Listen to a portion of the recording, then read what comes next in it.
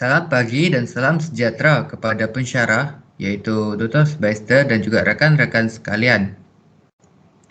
Pada pagi yang indah ini, kumpulan kami memilih tajuk berkaitan contemporary criticism dalam sebuah karya Hafiz Syahimi, iaitu bertajuk Bagai Ular Menyusui Akar Tidak Akan Hilang Bisanya. Karya ini dihasilkan pada tahun 2016. Terlebih dahulu, izinkan saya memperkenalkan ahli kumpulan 17, iaitu terdiri daripada saya sendiri, Stila Anak Kajang, selaku Ketua Dewan, Padin Perancis dan juga Esa Cassandra selaku panel pembahas hari ini. Manakala Muhammad Fikri, Nur Zaidah sebagai panel pembangkang.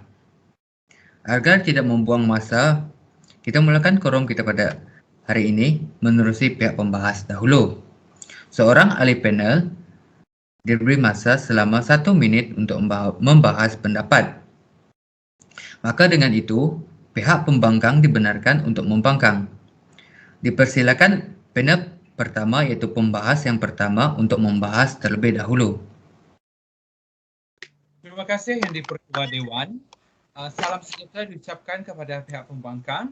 Baiklah, seperti yang kita ketahui, ular yang menyusul akar tidak akan hilang bisanya adalah hasil karya seni oleh Hafiz Syahimi, merupakan artis kontemporari di Malaysia. Karya yang dihasilkan oleh beliau menggunakan bahan seperti akrilik pada kanvas, teknik pembakaran 90 darjah dan juga teknik pembakaran dalam menghasilkan karya tersebut. Yang di-Pertua Dewan, karya yang dihasilkannya adalah pembuatan cetakan bersifat eksperimental. Burning with Fire dapat dilihat sebagai pemberontak, tetapi dengan menggunakan media api ini, beliau terus meminati akan media api sebagai medium dalam penghasilan karya beliau, di mana media utama baginya untuk menyatakan cetakan pirografi adalah api. Maka dengan itu, beliau telah meneroka dan menggabungkan aspek rasmi melukis dan juga mencetak menggunakan prinsipal thermodinamik dalam menghasilkan karya portfolio atau cat pirografi dengan karya seninya. Okay. Tambahan yang di-Pertua Dewan, aspek elemen formal yang dapat dilihat menerusi karya ini ialah tekstur, warna dan juga garisan. Tekstur yang dapat dilihat melalui karya ini adalah kasar oleh kerana teknik pembakaran yang digunakan dalam menghasilkan karya tersebut. Selain itu, menerusi warna, warna yang digunakan adalah putih, hitam, sian, hijau dan juga sedikit merah. Namun jika diperhatikan, pencahayaan juga digunakan dalam penghasilan karya ini, di mana terang dan juga gelap mendominasi di dalam karya tersebut, serta penggunaan teknik garisan termasuk bergelombang dan terukir. Maka dengan itu, hal ini akan dibahaskan oleh pembahas yang kedua. Sekian, terima kasih. Okey, terima kasih kepada ahli panel pembahas yang pertama dengan bahas yang sangat jelas. Okey, seterusnya saya serahkan kepada ahli panel pembangkang yang pertama untuk membangkang. Okey, terima kasih Yang di-Pertua Dewan. Jadi di sini saya nak sentuh tentang teknik burning with fire yang dikatakan oleh pembahas pada karya tersebut.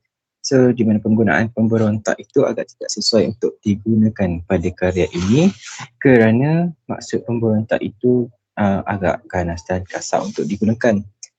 So mungkin pihak pembahas boleh menggunakan perkataan yang sewajarnya seperti teknik burning with fire ini adalah teknik yang melanggar hukum seni tradisi dalam penciptaan karya ini. Dengan erti kata lain, seni dapat diinterpretasikan melalui dengan pelbagai kaedah dan dari segi cara penyampaian oleh pengkarya itu tersendiri. Okay, seterusnya saya ingin bertanya tentang apa kaitan undang-undang termodinamik dalam penghasilan karya ini. Itu saja, terima kasih. Terima kasih kepada pihak pembangkang yang pertama. Seperti yang telah saya nyatakan, pengkarya menggunakan kaedah termodinamik atau dalam erti kata lain iaitu Principle of Thermodynamic. Kaedah termodinamik ialah satu kajian haba daya bergerak, di mana termos membawa maksud kepada haba dan dynamic bermaksud kuasa. Maka dengan itu, sesuai dengan media yang digunakan oleh pekarya iaitu api sebagai medium utama dalam penghasilan karya, Dan kaedah burning with fire ialah salah satu kaedah yang cukup menarik pada era ini dalam penghasilan karya seni sesuai dengan peredaran zaman. Sekian, itu daripada saya dan saya serahkan kepada Yang di-Pertua Dewan. Terima kasih kepada panel pembangkang dan juga pembahas yang pertama dengan bangkang yang sangat jelas dan tenang. Okey, seterusnya saya serahkan kepada ahli panel pembahas yang kedua. Terima kasih. Saya ingin memberikan pendapat tambahan tentang ulasan pembahas yang pertama tadi. Di sini saya ingin membahaskan tentang warna, keseimbangan dan juga fokus utama yang terdapat dalam karya ini. Dalam bagian warna, yaitu dari segi pemilihan warna dalam karya ini adalah dipilih secara rawak, di mana meletakkan warna gelap dari kiri ke kanan yang dapat menghasilkan kesan pencahayaan gelap dan terang. Warna gradient yang wujud di antara warna gelap dan sian dapat mewujudkan suasana yang sejuk. Seterusnya, unsur-unsur semula jadi dijadikan sebagai satu komponen yaitu ular, jantung dan kumbang. Dengan menggabungkan sifat semula jadi ini, ianya telah membentuk keseluruhan yang harmoni yang telah meningkatkan minat visual. Seterusnya, keseimbangan. Dalam elemen unsur seni yang terdapat dalam karya ini adalah keseimbangan asimetri mengikut ukuran, bentuk atau penempatan yang telah mewujudkan keseimbangan visual tersebut. Di sebelah kiri ada ular dan di sebelah kanan kepingan ada harimau kumbang dan ular-ular yang lain.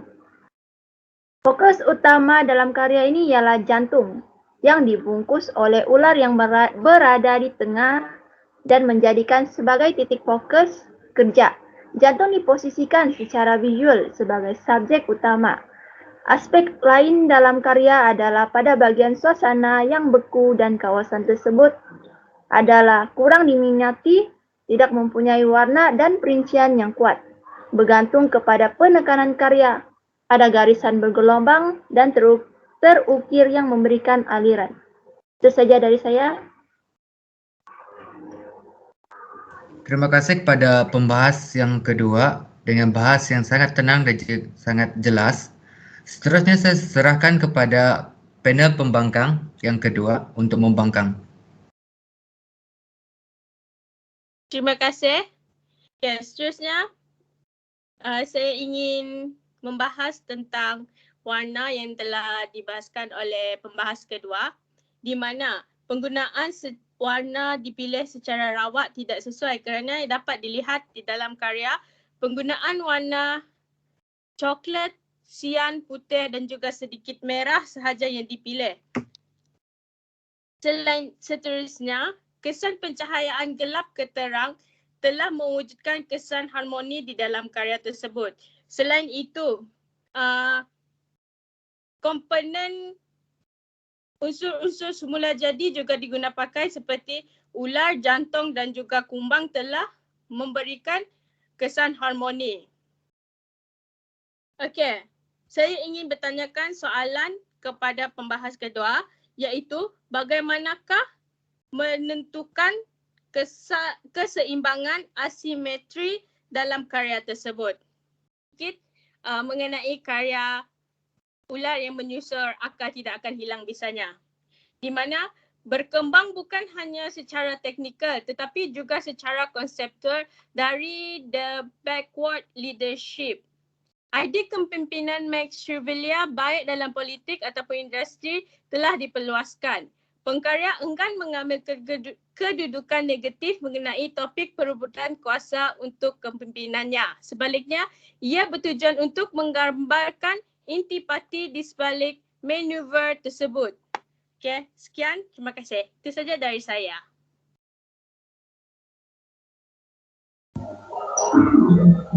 Terima kasih di atas soalan dan ulasan tadi. Di sini saya ingin menjawab. Seperti kita tahu, imbangan merujuk kepada persamaan dari segi berat, tarikan atau tumpuan. Perhatian kita secara visual, imbangan terbagi kepada 3 jenis, yaitu simetri, asimetri dan radial. Imbangan dapat dilihat dalam karya ini adalah asimetri. Kerana apabila dibelah dua karya ini, keadaan sebelah kiri dan kanan adalah tidak seimbang.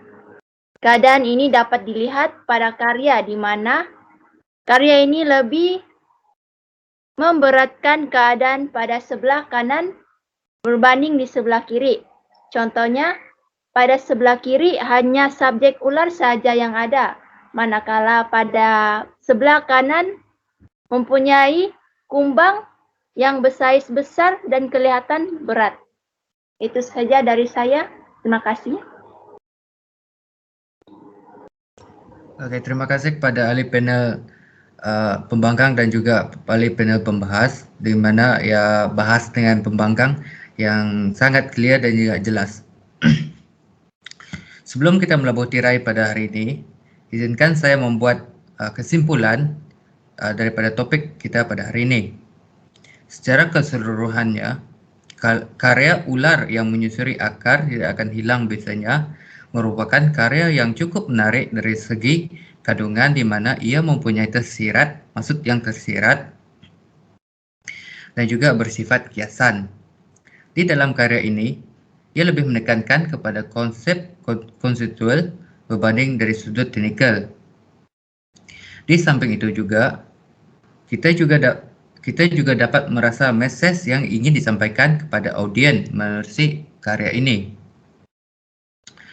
Jelas sekali bahawa pengkarya Hafiz Suhaimi telah mencapai impiannya untuk mengkongsikan hasrat dan mesej yang ingin disampaikan menerusi kandungan yang pada karya ular yang menyusuri akar tidak akan hilang bisanya. Itu saja daripada kumpulan kami.